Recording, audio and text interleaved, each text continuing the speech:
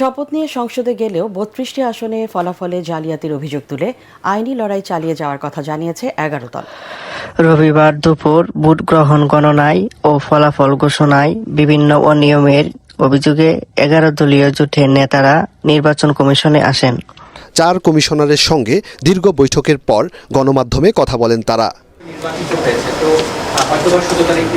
১১ দলীয় জোটের লিয়াজু কমিটির সমন্বয়ক হামিদুর রহমান আজাদ বলেন, নির্বাচনের পরিবেশ সুন্দর হলেও ফলাফল সুস্থ হয়নি।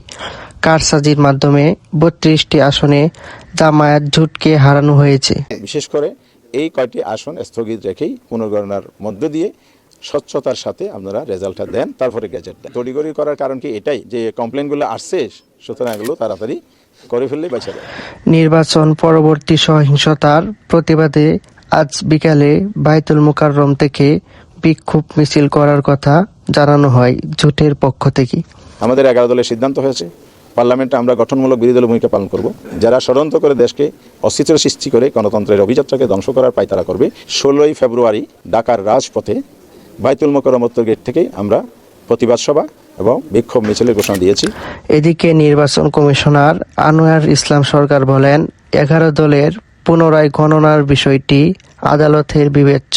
আইন তাদেরকে এই সুযোগ দিয়েছে যে যদি নির্বাচন সংশ্লিষ্ট কোনো অভিযোগ থাকে, তারা সেটি যদি মাননীয় হাইকোর্টে যদি শরণাপন্ন হন, সেই অনুযায়ী